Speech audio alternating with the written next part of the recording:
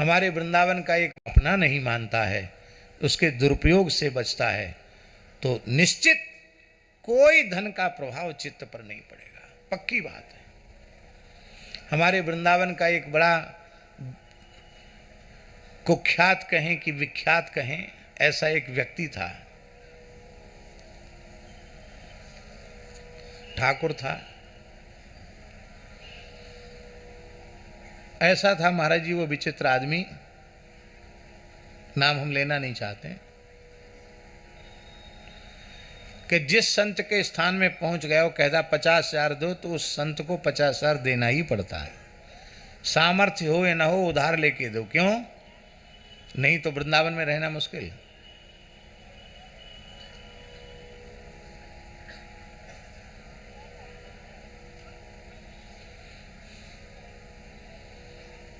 जगह जगह जाता था, तमाम जगह से लाता था।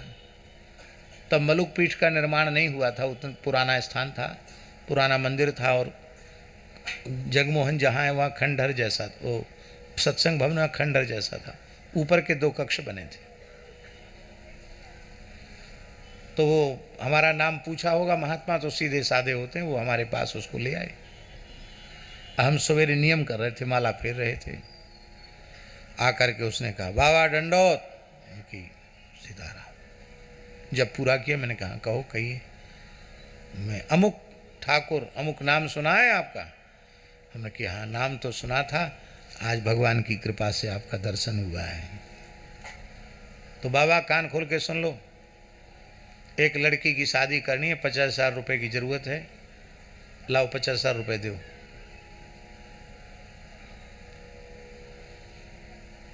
हमारे पास थे भी नहीं, और वो तुरंत बोला कि नहीं है तो कहीं से व्यवस्था करके दो, आज शाम तक पहुंचा देना पैसे, यहाँ कोई आएगा नहीं, मेरे घर तक पहुंचा देना। मैंने उसको कहा कि कोई 10 रुपये भी चढ़ाता है या 100 रुपये चढ़ाता है तो इसलिए चढ़ाता है कि ये ठाकुर जी के सेवा में लगेगा, गौ की सेवा में लगेगा, संतों की सेवा में लगेगा। तुम्हारे जैसे लोगों को देने के लिए हमको कोई पैसा दे के नहीं जाता है। तो इसलिए 50,000 नहीं, 50 पैसा हम नहीं देंगे, 5 पैसा नहीं देंगे हम। तो तुरंत उसने रिवॉल्वर निकाल लिया। रिवॉल्वर थी उसके पास, लोडेड। और कक्ष में गिरधर जी अपने राम और वो तीसरा कोई आदमी नहीं। लेकिन क्या ठाकुर जी की कृपा, कई बार हम आश्चर्य करते हैं, हमें तनिक भी भय नहीं हुआ, ना हम चिल्लाए, ना किसी को पुकारा, ना हमें भय हुआ। मैंने कहा तो ठीक है, आप हमारे शरीर के नष्ट होने का ऐसा ही विधान होगा तो हो जाएगा, अब करो तुम अपना काम, लेकिन हम तो नहीं देंगे। तो बोला अच्छा ठीक है, नहीं दोगे ना आप, कल सवेरे तक तुम्हें देख लूंगा, कह के चला गया। और ठाकुर जी ने ऐसी लीला कि उसको सवेरा होने ही नहीं दिया, क्योंकि शाम को ही गोविंद देव जी के मंदिर के सामने उसका इनकाउंटर हो गया। अब लोगों ने यही कहा कि मलूक वाले महाराज का बड़ा प्रभाव है, पता नहीं गृह मंत्रालय में कह दिया कि मुख्यमंत्री को, प्रधानमंत्री को, के आईजी डीआईजी किसको कह दिया, और उसको तो पुलिस ने शाम को ही ख़त्म कर दिया, इनकाउंटर हो गया। वहीं से हल्ला मच गया था, वो वहाँ से मलुक पीठ से आया। सच्ची बात है, भगवान और संत यहाँ विराजमान हैं। हमने मन से भी उसके लिए कोई अशुभ संकल्प नहीं किया, ना किसी को कुछ कहा, और ये पक्का निश्चय करके रखा कि जो वस्तु भगवान की सेवा की वस्तु है उसको हम अपने जीवन काल में अपने द्वारा दुरुपयोग नहीं करेंगे, और ऐसे किसी व्यक्ति को नहीं देंगे जिससे दुरुपयोग हो। मरना हो तो मर जाए, क्या है। लोगों ने यही कहा कि महाराज ने इनकाउंटर करवा दिया, हमने कुछ नहीं, हमने कोई काउंटर जानते नहीं हम, तो खत्म हो गया।